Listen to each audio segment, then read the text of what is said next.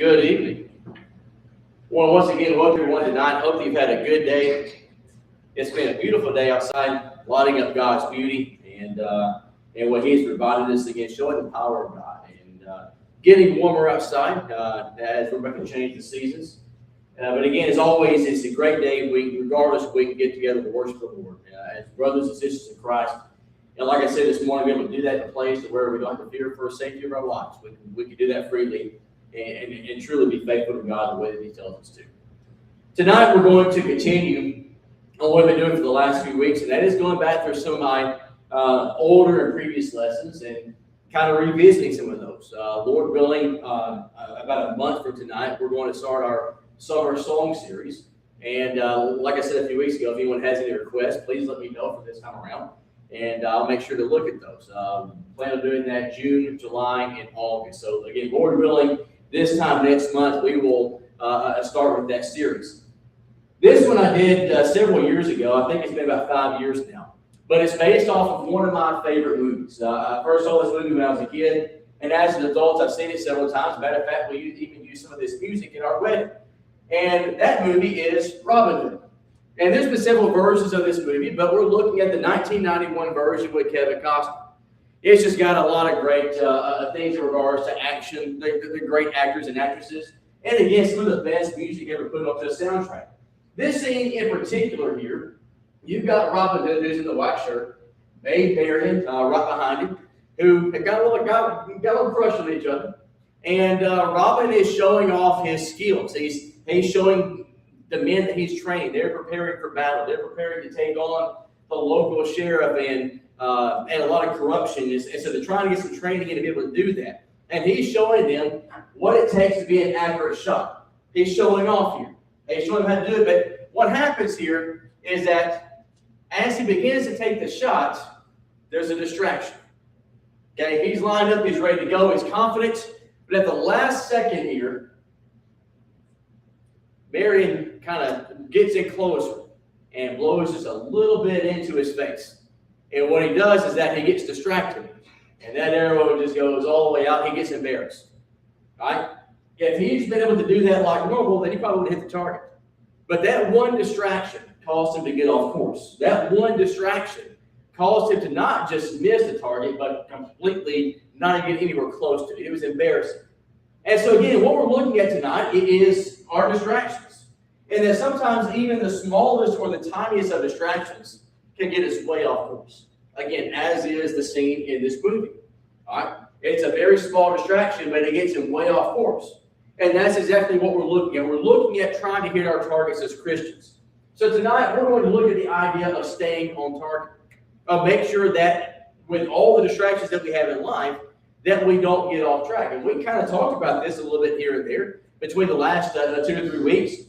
We talked a lot about distractions and anxiety and other things in the world that can get us off track. So tonight, again, we're looking at what we need to do that as the world tries to distract us, even the smallest distractions, that we're staying on track. All the passages tonight are on the board, but as always, if you'd like to follow along within your Bibles, you may do so. We're going to begin by looking at what a distraction actually is. Now, I think everybody here knows what it is, but a distraction is something that takes your attention away from what you're supposed to be doing. And that supposed to be doing is what we're going to focus on tonight. What we're supposed to be doing as Christians, what we're supposed to be doing as human beings.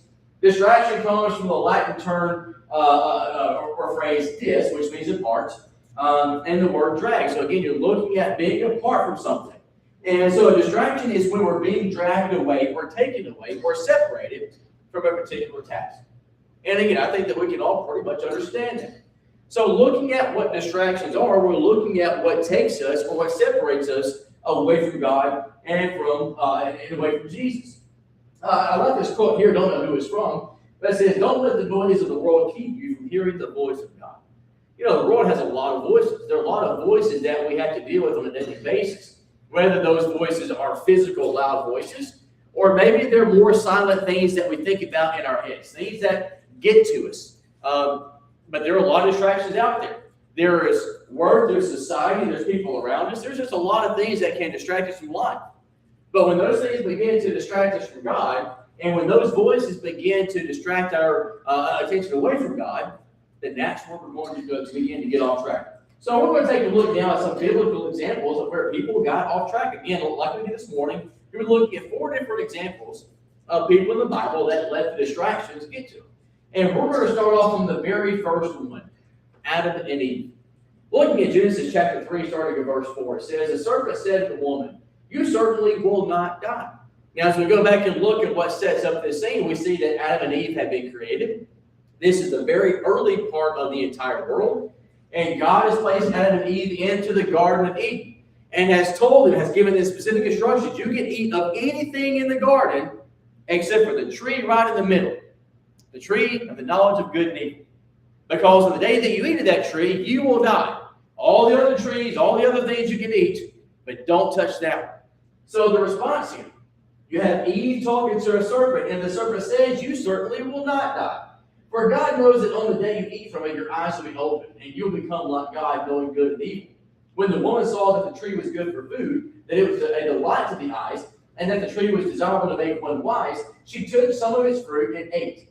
And she also gave some to her husband with her, and he ate.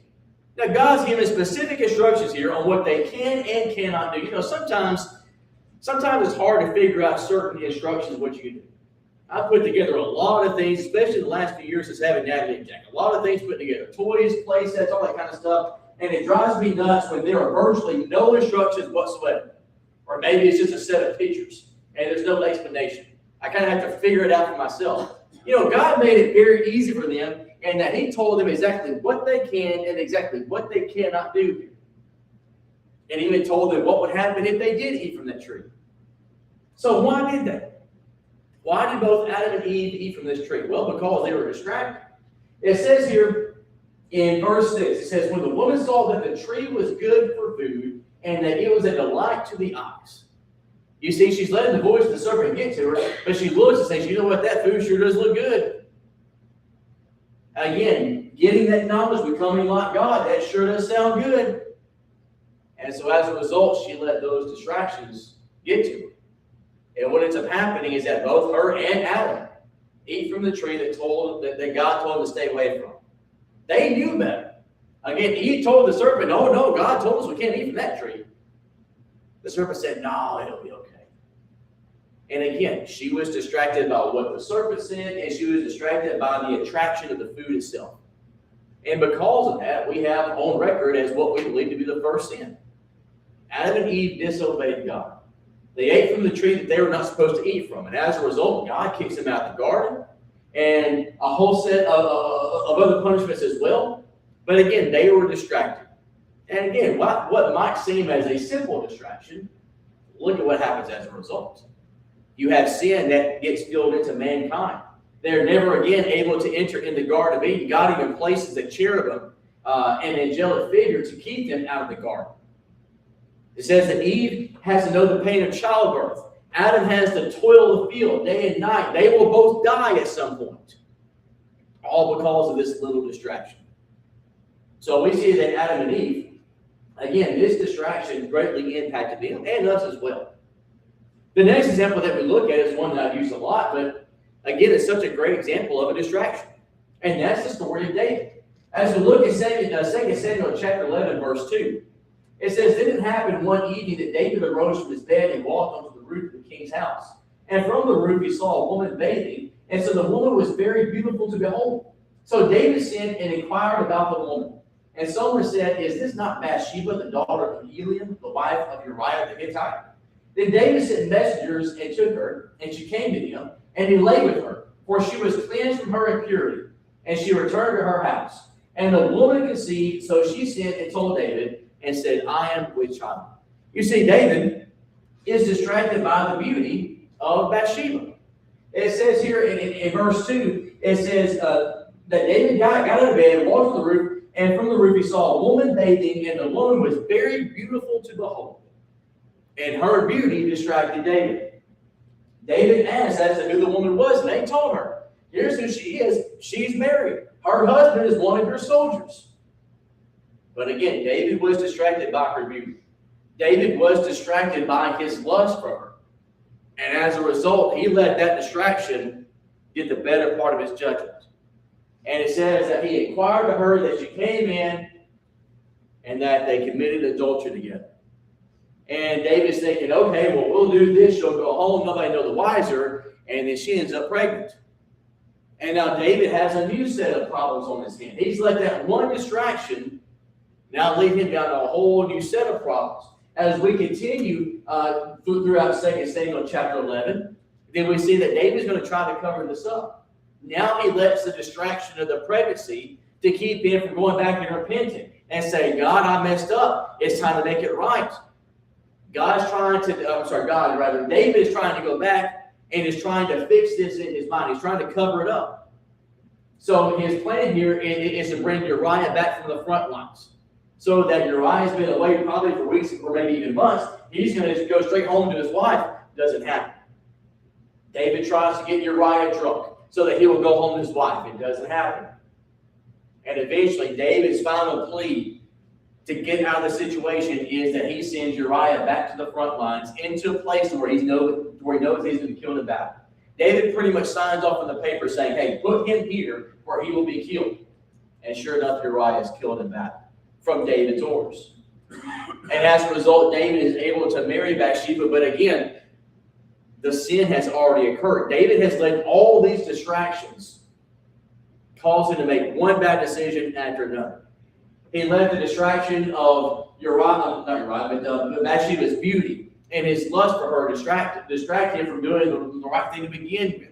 And then when he gets caught in that, he lets all these other distractions. Well, what's going to happen now? What are people going to think? I'm the king. What's going to happen now? He let all those distractions get in the way of what was right. And as we go further and look at David's punishment, we see that David's punishment out of all this is going to be great. And that child is going to be killed. That's going to be David's punishment. David has to go back and eventually finally repent to God, admitting what he has done wrong. But again, look at what his distraction to begin with. Again, what may seem as harmless in regards to bringing Bathsheba. You go ahead and bring her here, and it'll be over with, and that's it.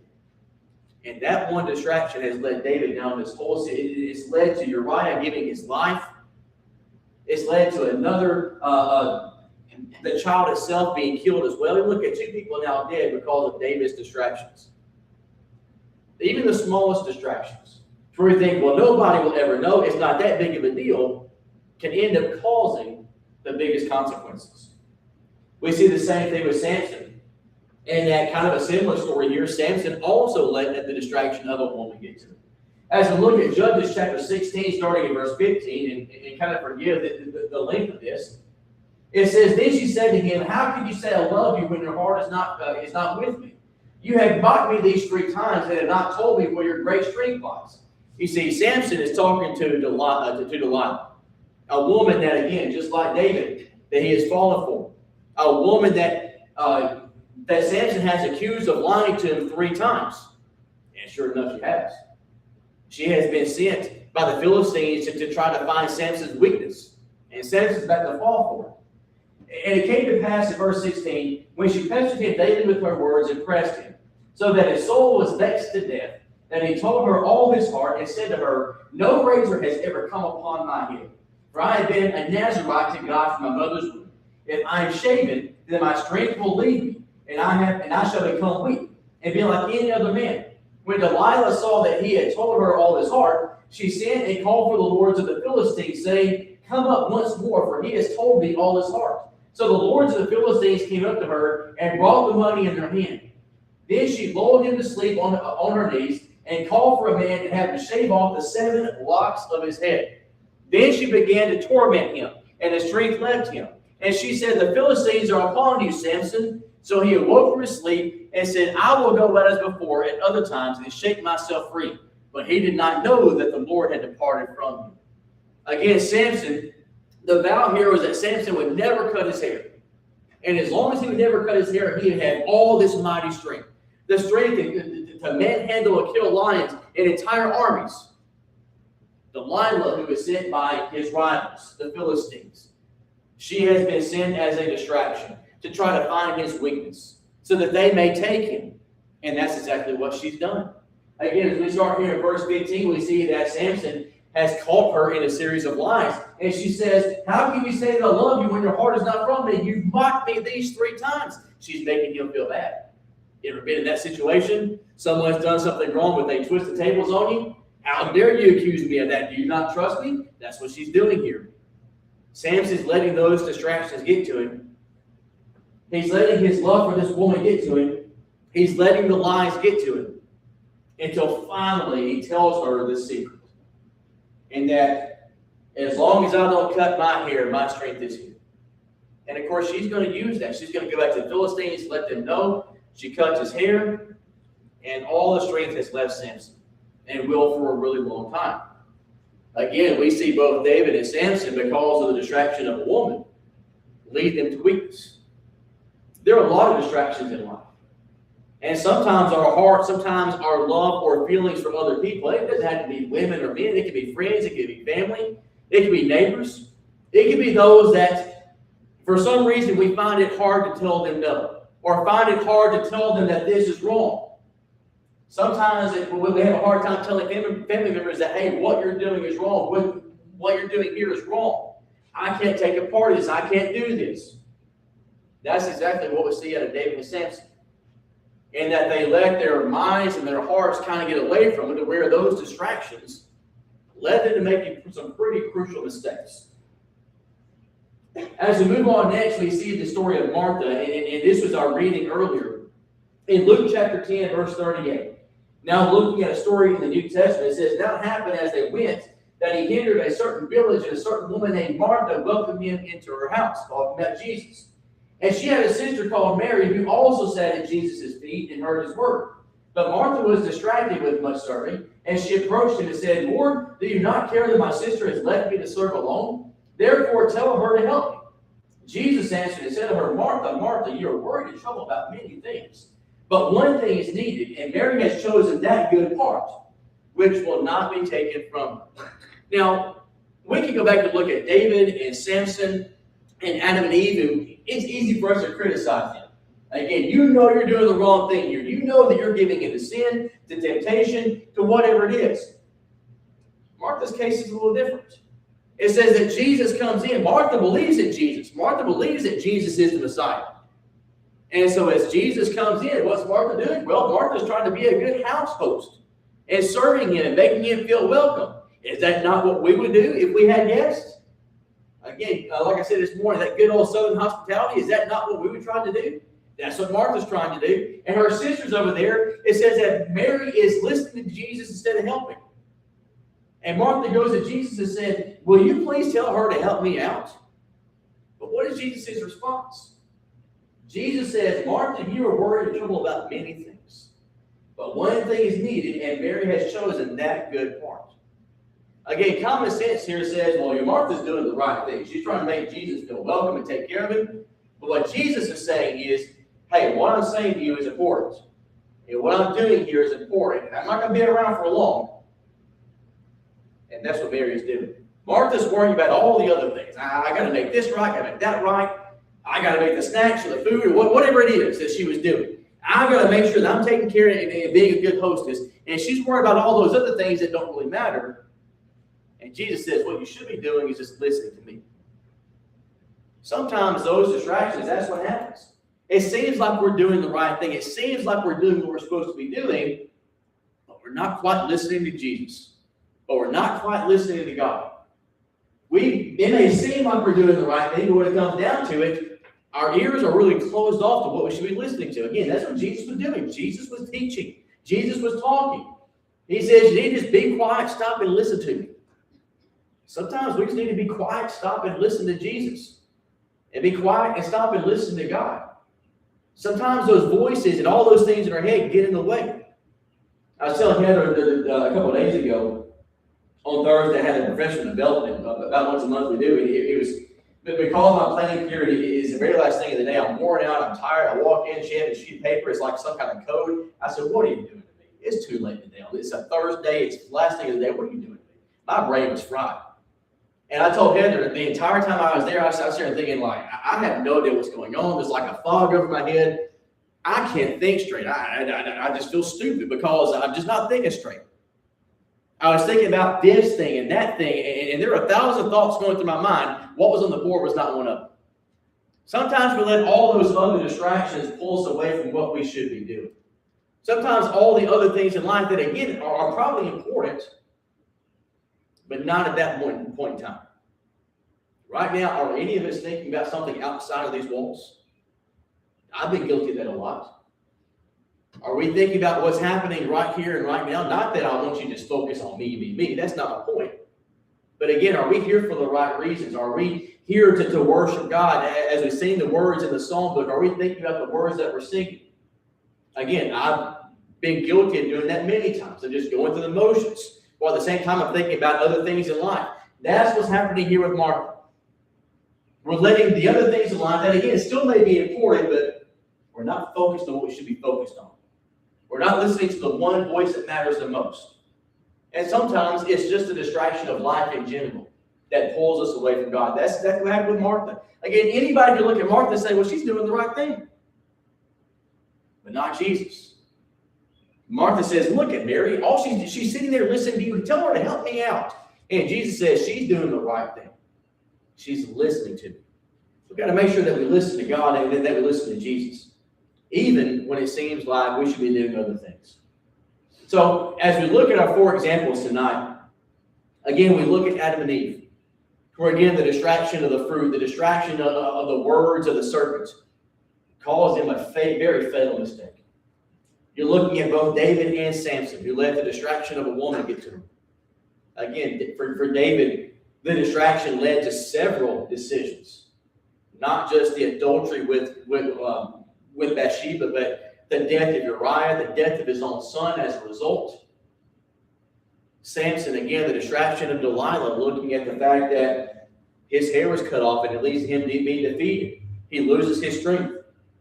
And Martha, even when we think that Martha is probably doing the right thing here, she's letting the distractions of everything else around her dictate what she's doing instead of focusing on what's right there in front of her, and that's Jesus. Oftentimes, God and Jesus, they're right there in front of us, but we're looking all the way around them. We've got to make sure that we get rid of those distractions.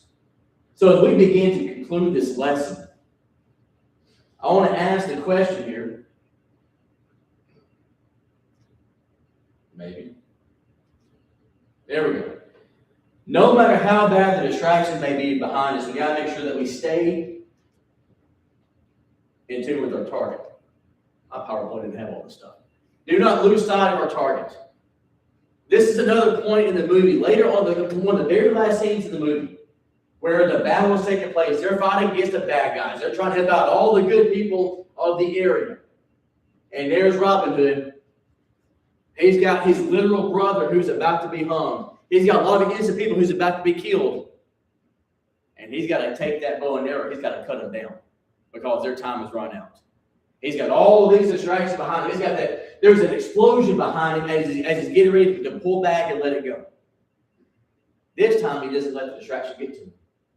This time, his shot is on target. You see, sometimes it takes practice. Sometimes it takes just being aware of what can bring us down. Again, earlier in the movie, we saw that one small distraction caused him to completely miss that shot. But when he gets a chance to do the real thing, he's got it. Those distractions don't bother him. See, what it takes is practice. What it takes is a lot of making sure that our mind is in the right place. And if we do that over and over and over, and sometimes it takes us falling down a few times to learn from the distractions. Sometimes it just takes a little bit of awareness of what we're facing and what we're going through. But if we truly learn from those situations, then we're able to put those distractions behind us and focus on what is real. So that when we take that shot, when we're put in that situation, and the distractions are all the way around us, sometimes it feels like that explosion behind us. Does it ever feel like the world is just around us? It's like a dumpster fire. It's like a whole lot of explosions around us, and we're just trying to survive. That's kind of what this is like. And sometimes with those distractions, those are the ones that can get to us the most. But again, that's why it's important, like we said this morning, to lean on God and to lean on Jesus. That's why it's so important to make sure that we're staying focused. Because when we stay focused, then these distractions don't get to us as much. So as we close the lesson out tonight, we want to stay focused on what we're supposed to be doing and why we're really here. We need to stay focused on what we need to do to make sure that we can go to heaven. For anyone here who's not a Christian, I need to make sure that we stay focused on what the Bible tells us in regards to getting to heaven. And that we have to believe and hear and be baptized for the remission of our sins if we want to go to heaven. And even if we take in those steps, again, the distractions of life can take us away a lot of times. We may stumble, we may fall, we may completely get off track from time to time. Sometimes those distractions can have just as much of an impact as it did on David. There is one thing after another. And it feels like it's really hard to get back on track. But the hope is always there. Maybe you have been a Christian, but you haven't been living the kind of life that you need to, or maybe you just let the distractions around you keep you away from God. Again, distraction is where we're separated from something. It separates us from something. In this case, separating us from God, separating us from Jesus.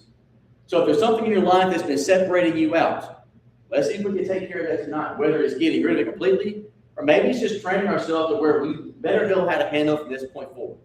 But the point is, if there's anyone here tonight who needs to come forward to get forgiveness of their sins, anything that you need, please come as we stand and as we sing. Why keep Jesus